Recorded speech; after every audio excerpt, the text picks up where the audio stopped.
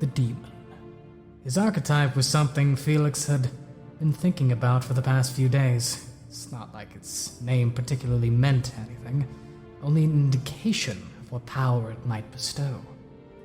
He wasn't familiar with this exact ability, and whatever information he could find online only told him it was a fire element archetype. Its users usually played heals, which wasn't surprising. The industry encouraged its fighters to play into their monikers. As far as he could find, it was a rather cut-and-dry archetype. So then, why did it seem to frighten the few people who knew he had it? He looked from the passenger side window to his father, focused on the road as he drove them towards the Savage Archetypo Makai Gym, an exercise facility built to cater to those with powers, allowing them to train in a safe environment. Kafab had scheduled Felix and the other fighters to train with their new abilities for the next 2 months, renting out places like Savage AM so they could do so in private. Today was the first day of training. Meeting with the coach the association had sent for him to learn about his archetype and how to use it. But Felix could only focus on one thing, staring at his father, his reaction when he gave him the news. Hold on. You signed it? What the hell is with you and shouting? It was outside Hulk City Arena where the father and mother had met with their children, both filled with joy at the news of their son becoming an archetype. Sorry, it's just, this is amazing, son. Don't get too excited, it's only a temporary contract. Once the tournament's over, I'm out. Regardless, I'm looking forward to your fights, so do your best, hon, encouraged an older brunette woman, features like his sister's. Felix thanked his mother for the encouragement before shuffling himself and his sister into the car, heading home after the long day. So, Felix, you received your power today as well? His father asked. Yeah, I did. The boy spoke dismissively, looking out the window as they drove. It was a blue one, with a funny face on it, Vivian blurted out. Funny face? More like no face. It was just a head with some mist and horns. Suddenly, the car came to a screeching halt, nearly flinging everyone out of their seats. Well, what's with the sudden stop? Felix asked demandingly. Felix. Yeah? The son's blood ran cold as his father's voice took a deadly serious tone, one that was wholly alien to the boy, knowing him as a rather animated and easygoing man. What was the name of the power? That moment hadn't left Felix's mind for the past few days. His father playing it off as excitement that his son had acquired a rare archetype, but the boy knew what his dad was like, how high-spirited he could be. Needless to say, it wasn't difficult to see when the man counterfeits his energetic nature. Well, we're here, the father declared. Oh, it's a pretty big building, isn't it?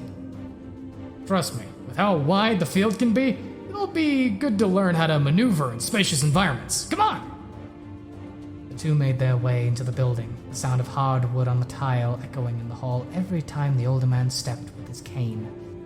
An injury to his leg from a ringside accident requiring its use if he wanted to move about briskly. Further inside, they came across a tanned man around the father's age, early to mid-40s, with spiky hair standing to greet them. Hey, you the kid I'm training? Felix Vellatorez? Yeah, that's me. This is my dad. He's just dropping me. The boy looked to his father, blinking as if trying to awake from a dream as he saw the stares in his father's eyes. You're Dylan, the B. Goldberg. The older Vellatorez exclaimed. Oh, are you a fan? Since I was his age. I still remember your championship battle with Amy the Voyeur. Taking another look, Felix's coach was familiar, recognizing him as one of the more popular fighters among Kafab's older generations. He had seen some of his fights live with his dad when he was still into the AM, raising an eyebrow to his presence while his father shook hands with one of his heroes. This is so amazing! My name's Johnny, by the way. So, you're a coach now? I mean, I heard you had retired. Something like that. Goldberg began. Officially, a lot of the older fighters are retired, but Kafeeb's doing something it hasn't done in a while. You mean apprenticeship? Apprenticeship? Felix inquired. The older Velatora's man explained that back in the day, Archetypes used to take new recruits under their wings, teaching them their techniques and the mechanics behind them. Nowadays, it's cheaper to simply hire a coach and train entire groups in the basic need-to-know stuff. So, you're gonna teach me to do all the stuff you can do? In a sense, my archetype is the bee, a fire archetype, but more specifically, lightning. I'm a vulgar artifact. Its nature makes it hard to even manifest, and it's never really been good at getting the stuff to leave my body, so instead, I focused on using it to make my body dangerous to the touch. To emphasize his point, Goldberg took a breath and swept his arm over himself, closing his hand into his fist before opening it spread wide.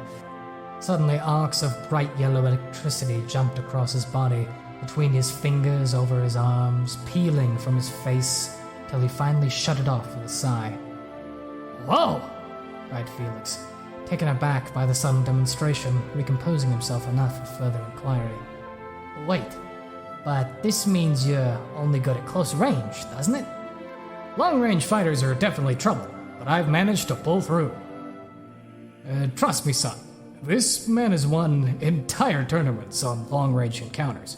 He's got this one move that..." Before the enthusiastic father could go on a tangent, his son made his move. "Dad, maybe you should do all that agent stuff you're supposed to do. You know, since you're my agent now?" The boy held in as much discomfort as he could while he spoke, head still reeling from the fact that this was his reality. How the hell did I let this stupid dream of his come true? "Ah, right. I'll leave you to it then. It was great to meet you, Mr. Goldberg. Please, call me Dylan."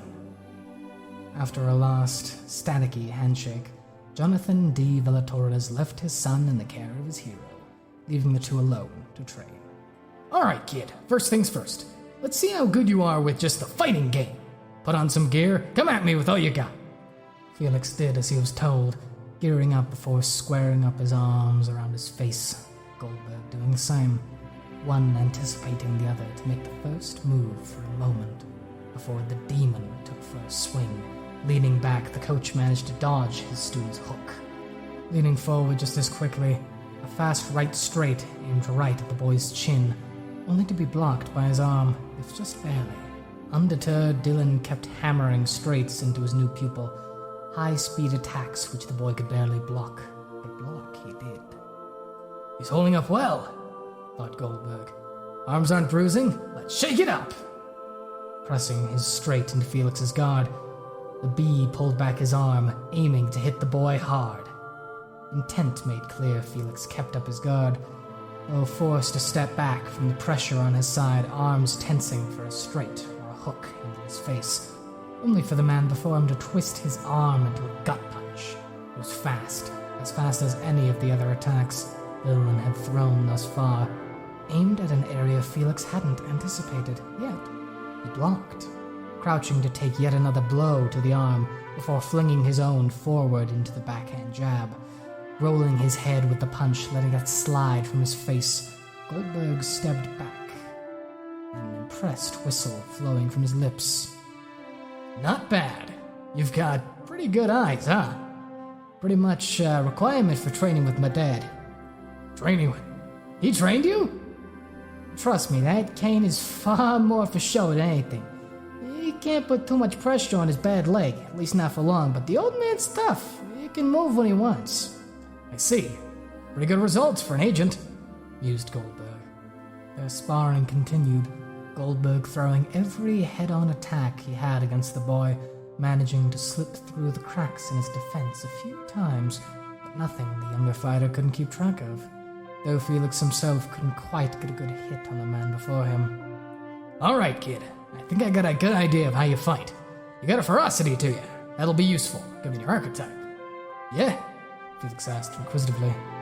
"Tell me, what do you know about archetypes?" Maybe more than most.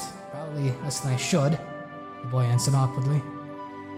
"Well, A refresher course never hurt. The older fighter pulled up some seats for the two before reaching into his pocket, pulling out a small deck of cards, various symbols inscribed upon them. So, these abilities we call archetypes bestow a range of powers depending on which archetype is consumed. Goldberg began as he shuffled through the cards, laying them out as he continued. These powers are derived from 3 energies, yin, yang, and yin-yang. These energies are the foundation of our world and form the elements that create it: earth, fire, air, and water. The element that forms our archetype specifically is fire, element of power. Okay, but I knew my archetype was based in fire. What does knowing it's the element of power do? Goldbug smiled knowingly, filing his cards away before standing up. Well, I'll show you. Stand right there. The instructor gestured a few feet in front of himself. I want you to throw some fire at me. The young archetype looked at his senior questioningly. Relax. I've been in this industry a long time. Whatever you've got, I can take it, Goldbug reassured. Felix paused for a moment, nodding reluctantly before taking a stance, staring down his teacher before reeling back and throwing his hand out. Fire flew from his palm. It was a small puff, about a foot, before dissipating into the air. The boy could feel his face redden as Goldbug burst into roaring laughter, the heat not even reaching the aged fighter, let alone the flame. Felix tried once more, again throwing his hand out to shoot forth fire. The similar results, conjuring only a weak flame that died as quickly as it spawned. Frustrated, Felix continued to throw out his hands rapidly, each fire quicker than the last. His wild throws soon halted by his teacher, laughter slowed to a soft chuckling. Alright, that's enough. So, why do you think your fire came out like that? Felix pondered as he relaxed and caught his breath, frustration on his face morphing slowly. Fire is power, so I guess because I'm not strong enough? The boy answered dejectedly. Not quite, Goldbug rebuffed. Goldbug pulled out one of the cards from his pocket as Felix watched in confusion and held it in front of him. The element of power. In order for one to bend it, they must have drive. A strong drive is necessary to achieve what you want. To bend fire is to let it feed upon your will, to fuel it through your emotion and desire. The teacher explained, extending his finger and slowly bringing it back to the card. Felix, watching as a spark of lightning emitted upon a touch, bursting the card into flames, held aloft in Goldbug's hand. It was probably no bigger than a small campfire, but it was vibrant and roaring, its warmth felt by Felix easily, the boy watching in awe as his coach casually shifted it from one hand to the other, fishing in his pocket once again, pulling a card only to put it back. I see. Drive and desire. Felix looked down at his hands, thinking on the knowledge imparted on him. Troubled look on his face. Drive, huh? You'd think my distaste for this stuff would bite me in the ass so soon. Maybe I can force it? Feeds off my will, right? As the young man found himself in thought, the older fighter seemed to find the card he was looking for. All right, here, kid, hold this, Goldbug asked, handing the boy one of the elemental cards, symbol of fire on its face. What's this for? Felix asked. Meditation, the coach replied, to a bewildered Felix taking a breath and a stance, facing towards the wall. Power and fire comes from the breath. The breath becomes the energy in the body, extending past your limbs and becoming fire. Fiercely, Goldbug stepped forward and threw out his hand. The flame carried, grew, extended into a ball of fire, hurtling towards the wall, bursting upon impact.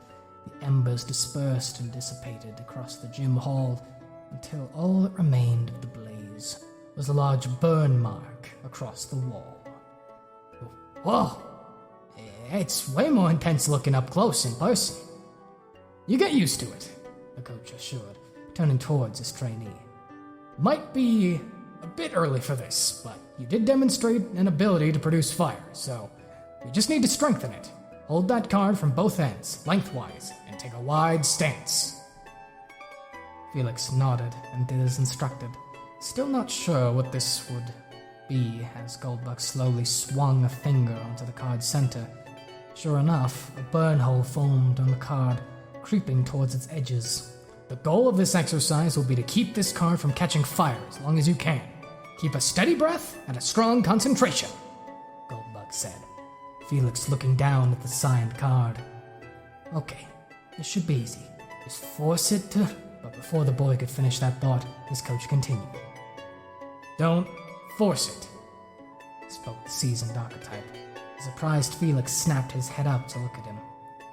If you just force yourself on it, the flame will become wild and self-destructive.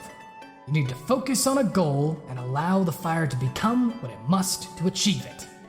Bending isn't simply about body. It's a mindset unique to each element. Without that, you just end up with something that bends you instead. The young man stared in bewilderment at the older one, at a loss for words and feeling rather red from the lecture. I've been around a while, fought with greenhorns like you, saw their struggles, and I had my own growing pains. Lightning has its own set of mental hurdles, on top of everything fire already entails. And due to the nature of my archetype, it's the only thing I had access to when I started out. And even now, I'm not that great at it, Goldberg confessed, looking wistfully at the burned wall. Even that small display took me years of my life to figure, and years more to get it right. Felix hung on every word of the older fighter, silence hanging in the air a moment before he continued. The greatest power we've got is our perseverance. You're just a newbie, soldier. So don't let these early obstacles get you down. You've got a ways before you can brood and not look like an edgy teenager. Hey, the brooding teenager cried in protest. To the laughter of the instructor, a small smile creeping on his face, crumbling when the card in his hand did the same. Crap, didn't mean to distract you, kid. Here, we'll try again with a fresh card. Nodding, Felix once more took the card in his hand and got to work preventing the fire from consuming itself.